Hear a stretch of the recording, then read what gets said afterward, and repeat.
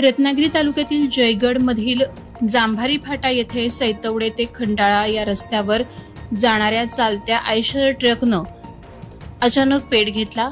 बुधवारी रात्री ही घटना घडली। गाडीला आग लागल्याचं समजताच तातडीनं अग्निशामक दल तिथे दाखल झालं आणि त्यांनी आग विझवली। अग्निशामक दलानं आग आटोक्यात आणली।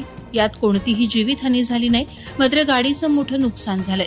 ही गाडी सैतवडे येथील वाशिम डिंगणकर यांची आहे असं आमच्या प्रतिनिधीने कळवलं आहे। प्रहार डिजिटलसाठी उदय महाकाळ, खंडाळा, रत्नागिरी।